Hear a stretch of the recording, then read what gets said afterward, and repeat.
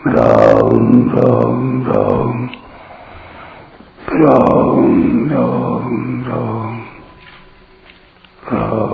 राम राम नारायण नारायण। महर्षयः सप्त पूर्वे चत्वारो मनवस्तथा मद्भावा मानसा जाता येषां लोक इमाः प्रजाः। छठा श्लोक। 7 महर्षि और उनसे भी पूर्व में होने वाले 4 सनकादि तथा 14 मनु, ये सब के सब मेरे मन से पैदा हुए हैं और मेरे में भाव रखने वाले हैं, अर्थात मेरे में श्रद्धा भक्ति रखने वाले हैं, जिनकी संसार में यह संपूर्ण प्रजा है। व्याख्या। पीछे के 2 श्लोकों में भगवान ने प्राणियों के भाव रूप से 20 विभूतियां बताई। अब इस श्लोक में व्यक्ति रूप से 25 विभूतियां बता रहे हैं, जो कि प्राणियों में विशेष प्रभावशाली और जगत की कारण हैं।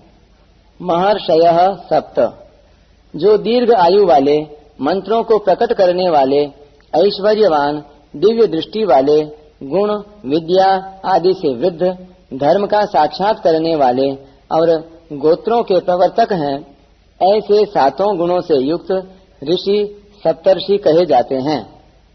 सप्तैते सप्तभिश्चैव गुणैः सप्तर्षयः स्मृताः दीर्घायुषो मंत्रकृत ईश्वरा दिव्य चक्षुषः वृद्धाः प्रत्यक्ष धर्माणो गोत्र प्रवर्तकाश्च ये। मरीचि, अंगिरा, अत्रि, पुलस्त्य, पुलह, क्रतु और वशिष्ठ, ये 7 ऋषि उपर्युक्त 7 ही गुणों से युक्त हैं। ये 7 ही वेदवेत्ता हैं, वेदों के आचार्य माने गए हैं, प्रवृत्ति धर्म का संचालन करने वाले हैं और प्रजापति के कार्य में नियुक्त किए गए हैं। मरीचि रंगिराश्चात्रिः पुलस्त्यः पुलहः क्रतुः वसिष्ठ इति सप्तैते मानसा निर्मिता ही ते। एते वेदविदो मुख्या वेदाचार्याश्च कल्पिताः प्रवृत्तिर्धर्मिणश्चैव प्राजापत्ये च कल्पिताः। इन्हीं 7 ऋषियों को यहाँ महर्षि कहा गया है।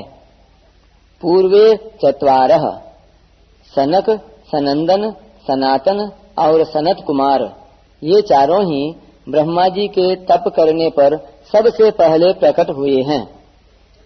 ये चारों भगवत स्वरूप हैं। सबसे पहले प्रकट होने पर भी ये चारों सदा 5 वर्ष की अवस्था वाले बालक रूप में ही रहते हैं। ये तीनों लोकों में भक्ति, ज्ञान और वैराग्य का प्रचार करते हुए घूमते रहते हैं।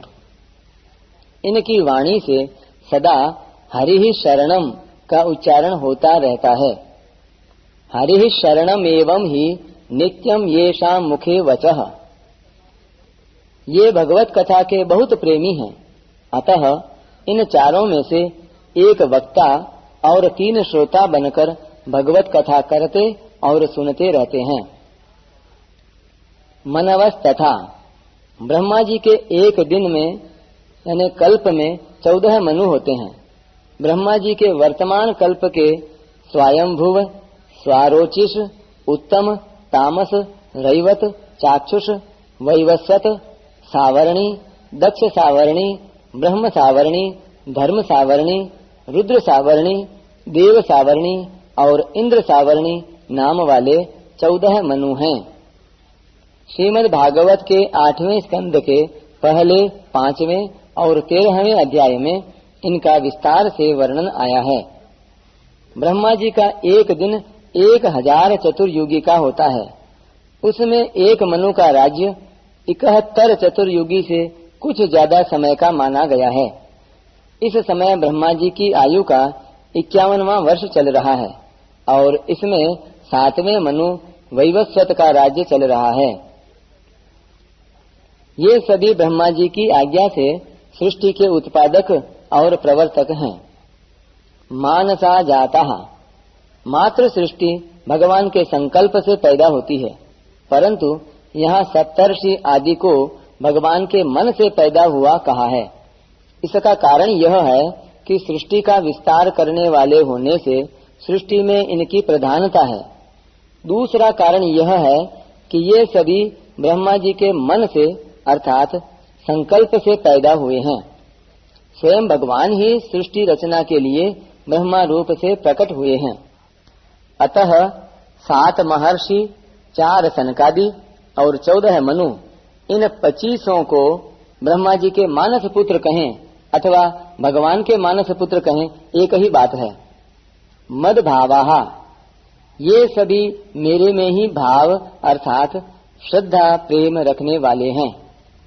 येषाम लोक इमाः प्रजाः, संसार में 2 तरह की प्रजा है, स्त्री पुरुष के संयोग से उत्पन्न होने वाली और शब्द से अर्थात दीक्षा, मंत्र, उपदेश आदि से उत्पन्न होने वाली। संयोग से उत्पन्न होने वाली प्रजा बिंदुज कहलाती है और शब्द से उत्पन्न होने वाली प्रजा नादज कहलाती है। बिंदुज प्रजा पुत्र परंपरा से और नादज प्रजा शिष्य परंपरा से चलती है। सप्तर्षियों और 14 मनुओं ने तो विवाह किया था, अतः उनसे उत्पन्न होने वाली प्रजा बिंदुज है, परंतु सनकादिकों ने विवाह किया ही नहीं, अतः उनसे उपदेश प्राप्त करके पारमार्थिक मार्ग में लगने वाली प्रजा नादज है। निवृत्ति परायण होने वाले जितने संत महापुरुष पहले हुए हैं, अभी हैं और आगे होंगे, वे सब उपलक्षण से उनकी ही नादज प्रजा हैं। परिशिष्ट भाव 7 महर्षि, 4 सनकादि तथा 14 मनु, ये सब भगवान के मन से पैदा होने के कारण भगवान से अभिन्न हैं।